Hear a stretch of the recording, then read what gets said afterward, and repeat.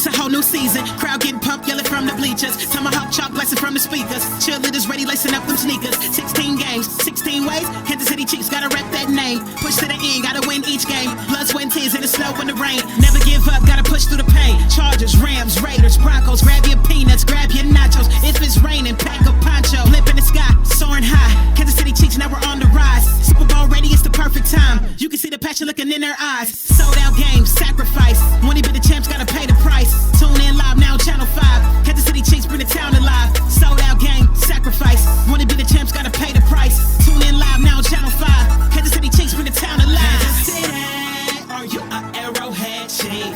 Stop and do the nay-nay, now we chop it to the beat. Tailgate every Sunday, yeah, we bleed that red and gold. Kansas City Chiefs, it's time to take control. Kansas City, are you a Arrowhead Chief?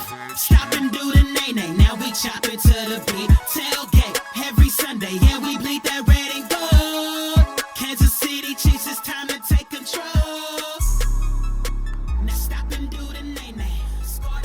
What's up, everybody? You are tuned in to the Arrowhead Chief Podcast. I am your host, Cris. Thank you for tuning in. I know I've been gone for a little bit.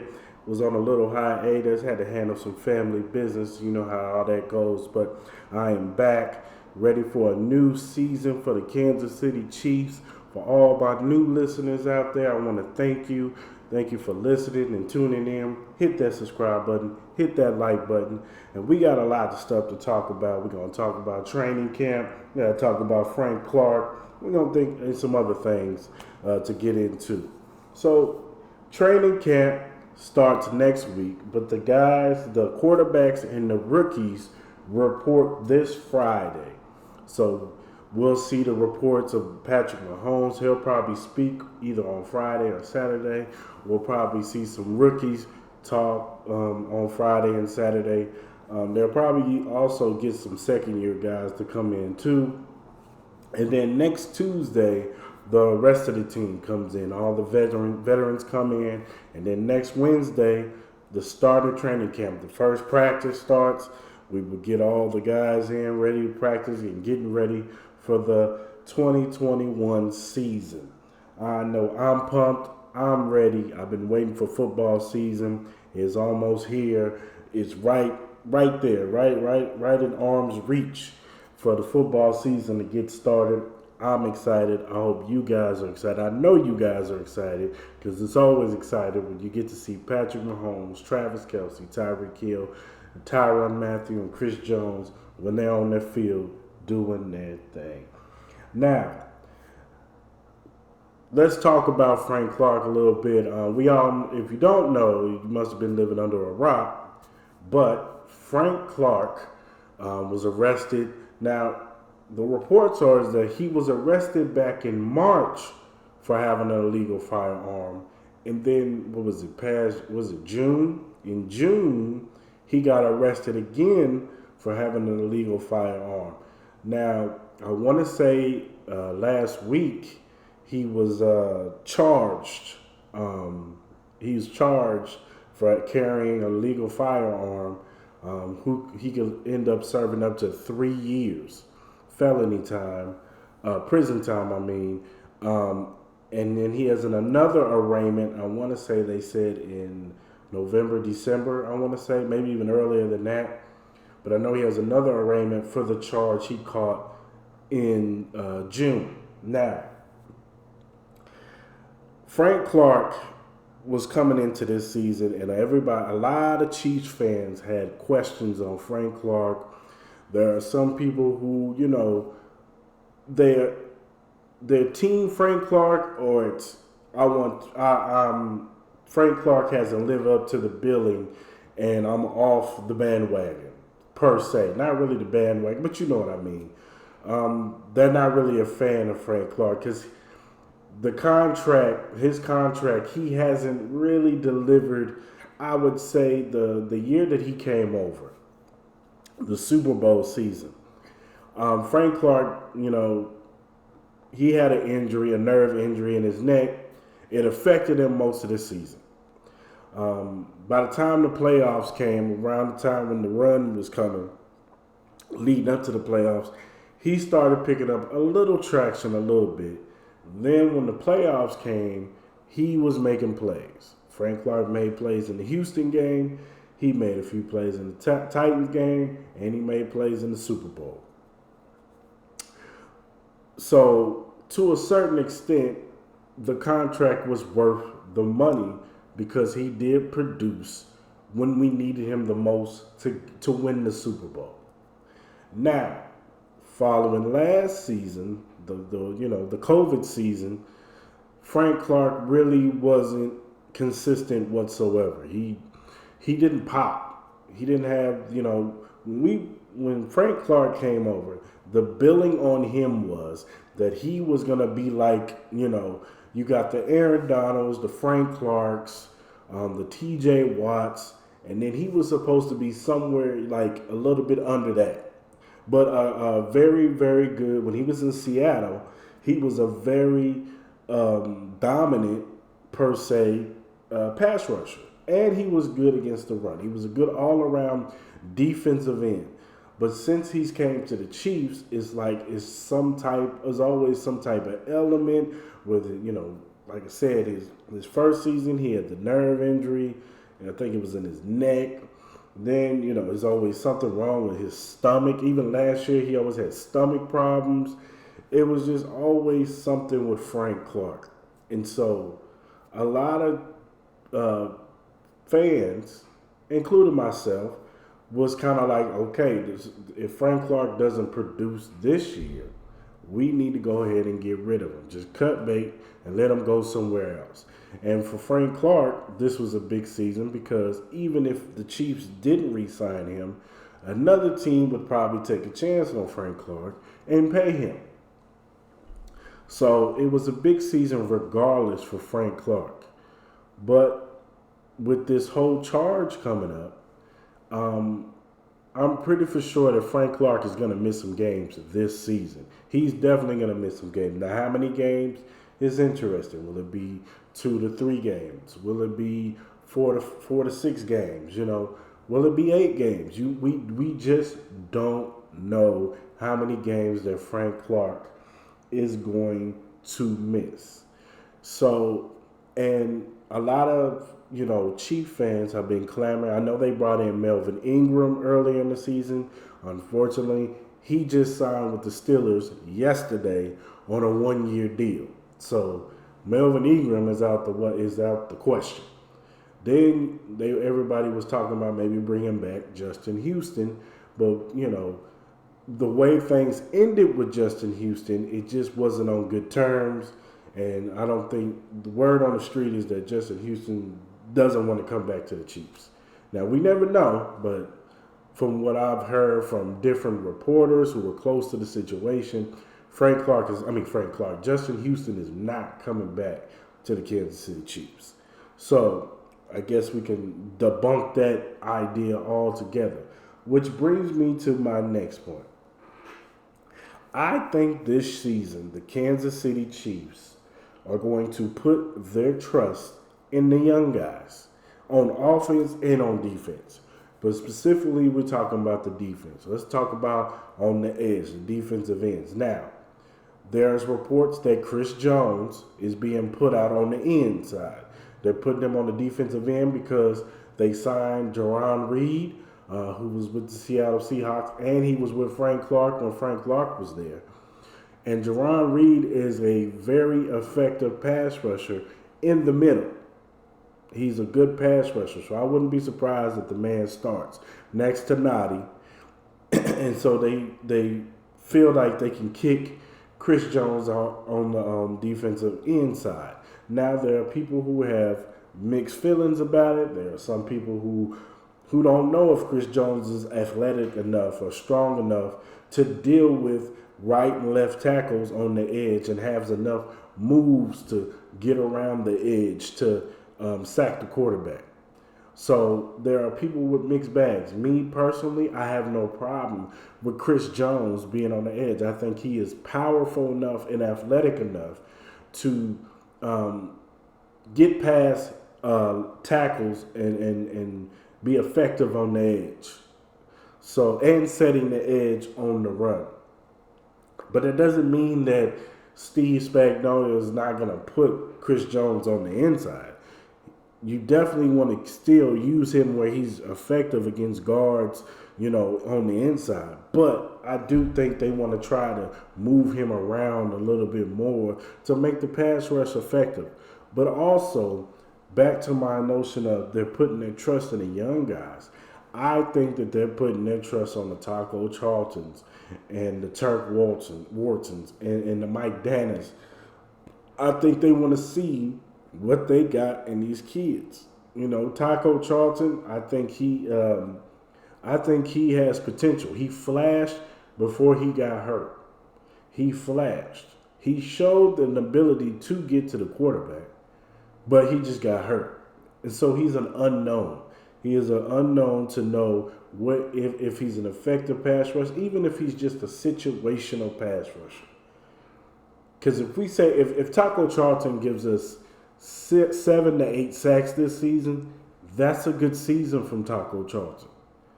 If Chris Jones can give us, 10 to 11 sacks from the edge, that's pretty good. And if Jerron Reed can give us another 7 to 8 sacks up the middle, that's a beautiful thing. Now, with Frank Clark, it depends on how, like I said, it all goes back. It depends on how long he's going to be out. Because I anticipate him missing some games. Now, it also depends on if the charges get dropped down. If both of his charges get dropped down to misdemeanors, then I think the NFL will move accordingly. They'll probably give him like a 3-game suspension. He might appeal it and get it knocked down to 2. Or if they give him 4 to 5 or 4 to 6, he'll get it knocked down to 3. So I don't believe Frank Clark will be starting week 1. At the very least, I do not think Frank Clark will be in the lineup week 1 against the Cleveland Browns. So I think that they're going to put their trust in the youth. They showed that they're putting their trust in the young guys because they had ample opportunity to sign Melvin Ingram. He only signed for like a 1-year, $4 million contract. So that wasn't expensive. They could have went and got Melvin Ingram. But they decided they're going to put their trust in the young guys. So we'll see how that plays out. I'm going to go ahead and put my trust into the Chiefs coaching staff, the Brandon Daly's, the Matt Houses, those guys. I'm going to put my trust in them that they are going to coach these guys up and get them ready for the regular season. So it also brings me to a lot of people complaining about cornerback and the cornerback situation, because last year we hit a diamond in the rough with L'Jarius Sneed. We got him in the 4th round. The kid looked like a superstar. He looks like a star at an all-star. He, even him getting hurt, he came back and didn't miss a step. He was good at getting at the quarterback. He's good at coverage. He was good in the slot. Now we'll see how he does with the second season, and offensive coordinators have a little bit more film on him. But I think that L'Jarius Sneed is legit. When a player is legit, and I think L'Jarius Sneed is legit. I really, really do. I think the man is legit. I think that he is going to take it to another level. So after L'Jarius Sneed, we got a bunch of question marks. Well, I would say Charvarius Ward. We know who Charvarius Ward is. Charvarius Ward he's a decent corner. He's a decent starting corner. Is he great? No. Does he have times where he gets beat? Yes. But I think he's not a bad corner. I think, he can be inconsistent. There's some games where he looks really good, and there's some games where he looks very bad. But I think that they're putting their trust in Charvarius Ward because he knows the defense. So I think Shavarius Ward is coming in being the number 2 corner, unless DeAndre Baker, who is a question mark because he was a former first-round pick with the New York Giants. He got caught up in some legal stuff. It looked like he was about to go to prison, and then some, stuff that happened to where he was set free, and the Chiefs went on ahead and picked him up off the waiver wire, and he signed with the Chiefs. The rest is history. The man now he's a Kansas City Chief. He played in the last game of the season and got hurt, broke his femur. So, and that's a big injury. I mean, it was a clean break, but it's still a break. So we'll see if he can return back from being hurt. If DeAndre Baker can show that he was a solidified first-round pick like he was picked, and he comes in and shows flashes and shows that he is a very good corner, a quality good corner, a number 2, maybe even a number 3, that'll be great. Rashad Fenton. We know Rashad Fenton has been very good in the nickel, nice physical corner, makes plays when called upon. I actually like Rashad Fenton. He's what you call a gamer. He's not great, but he shows up when his number is called. So I like Rashad Fenton. If they play him in the nickel, I'm okay with that. Then you have Mike Hughes. Mike Hughes was a former first-round pick for the Vikings. I actually liked Mike Hughes when he was coming out of college. He's a former first-round pick with the Minnesota Vikings. Injuries have kind of derailed his career. He hasn't been able to stay healthy, but he showed flashes in the nickel.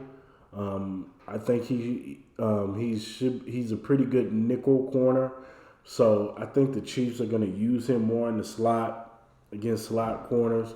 If Mike Hughes can come to Kansas City and resurrect his career per se, because the label on him because of injuries that he's a bust. So we'll see if he can step up to the plate and be a contributor in that secondary. Then you have B. Pope Keys.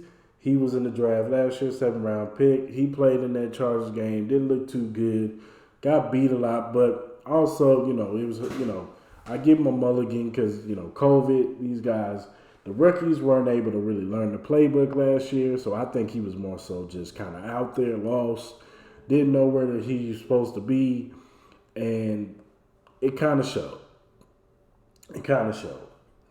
And then when it comes to back what I'm saying with the youth, the young guys, also this is a big season for Willie Gay Jr. and even Nick Bolton, but more so Willie Gay Jr. Because I think last year COVID season affected him, moving like he wanted to. You saw the flashes, you saw the speed, you saw the coverage skills. The only problem is that he wasn't tuned in with the playbook that much because he really couldn't, he was learning on the fly. There was no off season, training camp just bomb hit, and he had to learn pretty much in training camp, and he had to learn in practices. So it was kind of hard for him to maneuver in that climate. So I think that this is a big season for Willie Gay Jr. too. Now, I want to throw a theory out there about the Chiefs last season that's going to correlate to what's going to happen this season. I think last year the Chiefs played a lot of close games, and everybody was harking on how close the Chiefs' games were. They was eking out wins. They weren't covering the spread. Here's my theory about last season. Because of the COVID season, the COVID pandemic, I believe that the Chiefs playbook was vanilla.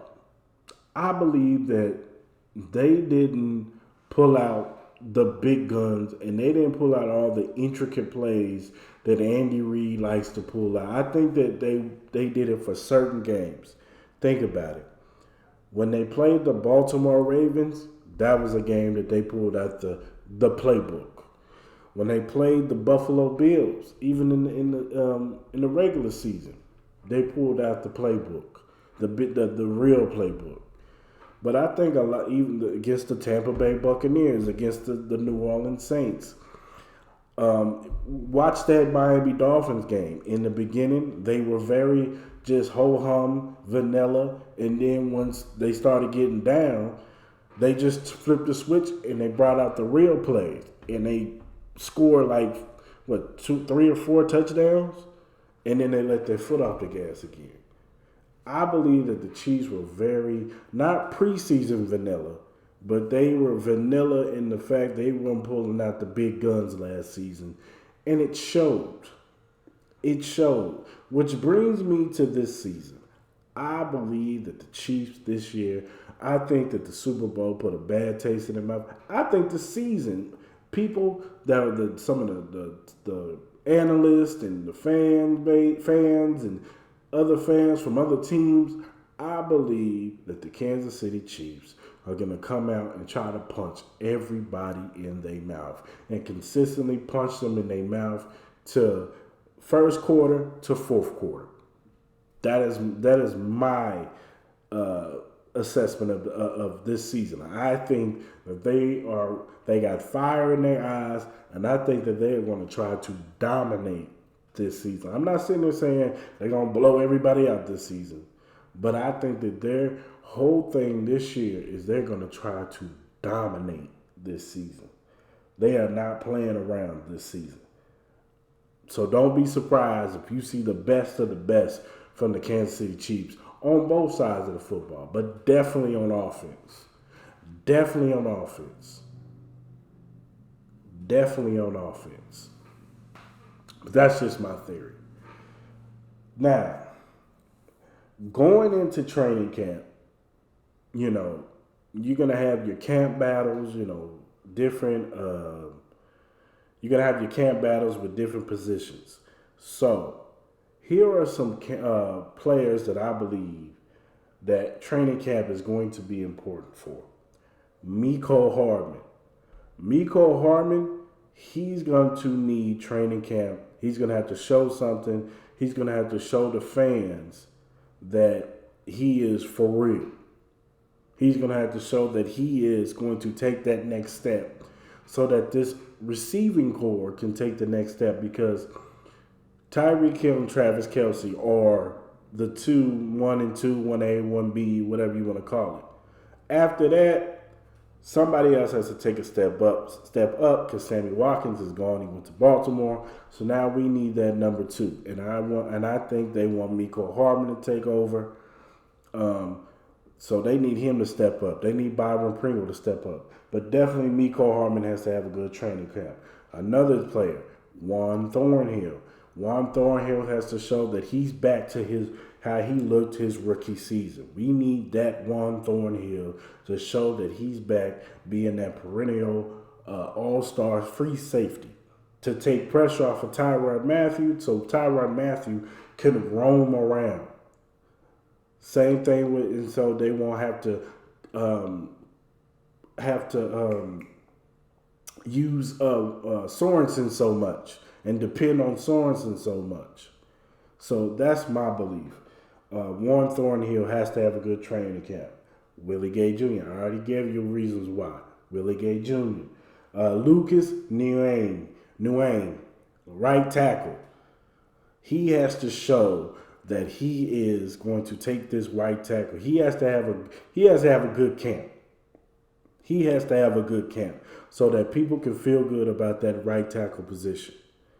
Unless Mike, because if he comes in and not look good, and not to say Mike, because Mike Remmers was very serviceable at the right tackle position, but we need him to take that spot. I would rather have Lucas Nguyen take that spot and inject some youth on that side of the ball. And last and not least, Chris Jones. Specifically for the points I made, defensive end. He's changing positions. We need Chris Jones to look good coming off the edge. We need him looking explosive. He can't hit the quarterback, but close to hitting the quarterback coming off the edge. Those are the 5 players that I feel need to have a good training camp. There are some other guys, Creed Humphreys, Cornell Powell, Byron Pringle, but the 5 guys that I feel should have a good camp are those 5 guys. So that is all for today. That is all I'm going to talk about with the Kansas City Chiefs. Like I said, be excited. Training camp is going to start next week. Guys are reporting this week and next week. So get excited, Chiefs Kingdom. The season is almost here. And for all you new listeners out there, like I said in the beginning, subscribe to my channel. Like it. Share it with your other Chiefs friends. I appreciate you guys listening, the love. If you want to follow me on social media, you can follow me on Twitter, Instagram, and follow the Facebook page, All Arrowhead Chief Podcast. And you can follow us on TikTok, Arrowhead Chief Podcast. Thank you guys. I appreciate you, and I'm gone. Love, it's a whole new season. Crowd getting pumped, yelling from the bleachers. Tomahawk chop blasting from the speakers. Cheerleaders ready, lacing up them sneakers. 16 games, 16 ways. Kansas City Chiefs gotta rep that name. Push to the end, gotta win each game. Blood, sweat, and tears in the snow and the rain. Never give up, gotta push through the pain. Chargers, Rams, Raiders, Broncos. Grab your peanuts, grab your nachos. If it's raining, pack a poncho. Lip in the sky, soaring high. Kansas City Chiefs, now we're on the rise. Super Bowl ready, it's the perfect time. You can see the passion looking in their eyes. Sold out games, sacrifice. When he be the champs, gotta pay the price. Tune in live now, Channel 5. Kansas City Chiefs bring the town alive. Sold out game, sacrifice. Wanna be the champs, gotta pay the price. Tune in live now, Channel 5. Kansas City Chiefs bring the town alive. Kansas City, are you an Arrowhead Chief? Stop and do the nay-nay, now we chop it to the beat. Tailgate every Sunday, yeah, we bleed that red and gold. Kansas City Chiefs, it's time to take control. Kansas City, are you an Arrowhead Chief? Stop and do the nay-nay, now we chop it to the beat. Tailgate every Sunday, yeah, we bleed that red and gold. Kansas City Chiefs, it's time to take control. Now stop and do the nay-nay. Scored another touchdown, now it's time to hit the balls. Now stop and do the nay-nay. Scored another touchdown, now it's time to hit the balls. Now hit it, hit it, hit it, hit it, hit it, hit it. Now hit it, hit it, hit it, hit it, hit it, hit it. Now hit it, hit it, hit it, hit it, hit it, hit it. Scored another touchdown, now it's time to hit the balls. Are you an Arrowhead Chief? Are you an Arrowhead Chief? Are you an Arrowhead Chief? Scored another touchdown, now it's time to hit the balls.